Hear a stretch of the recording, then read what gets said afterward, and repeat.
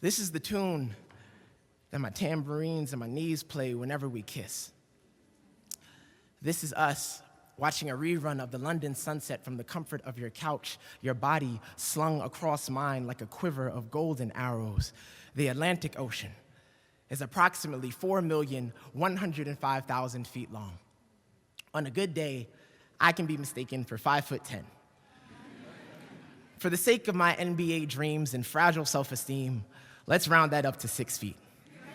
Because if we round that up to 6 feet, then it would only take approximately 36 billion Joshuas stretched out like a giant bridge of beard and brawn to traverse the gap between the shores of this gorgeous city and that rain-soaked island you call home. On most days, these sorts of numbers make me the world's saddest mathematician. So as of late, instead of poring over the equations that keep our heartbeats at ocean's length, I've been transcribing our silence into jazz chords. I figure it's the easiest way to make music out of all this melancholy. So here goes. A blues for Sarah, my transatlantic love manifesto. Chapter 1.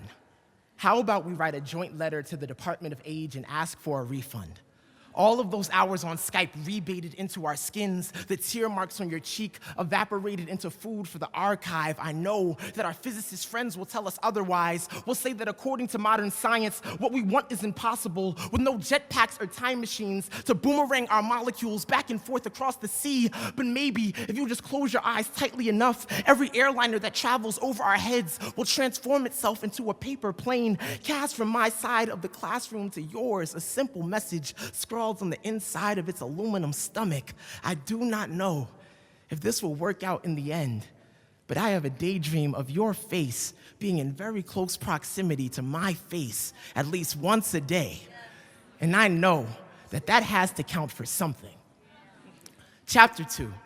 79% of my love poems pay taxes to the empire of your lips. Which explains why on nights like this, I find myself dreaming of airports, of your black overcoat dancing like a smoke signal through the arrivals gate at JFK as I hand you a bouquet of azaleas and Joni Mitchell's Blue album on vinyl. I could drink a case of you and still be on my feet, she says. And I cannot help but agree. Chapter 3. There are no manuals for this.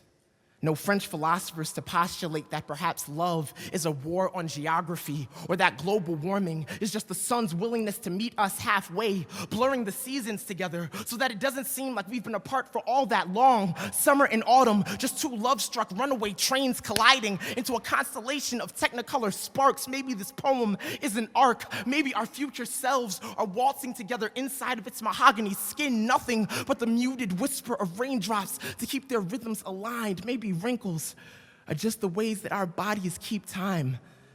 Maybe one day I will count the tally marks under your eyes and think it the most wondrous algorithm that has ever been graced by human hands. When we are old enough for that sort of arithmetic, I will be the world's happiest mathematician. I will say, I have been a prisoner of your love since before time began. Your electrons are synonymous with my electrons. You are the Garden of Eden my atoms were made for.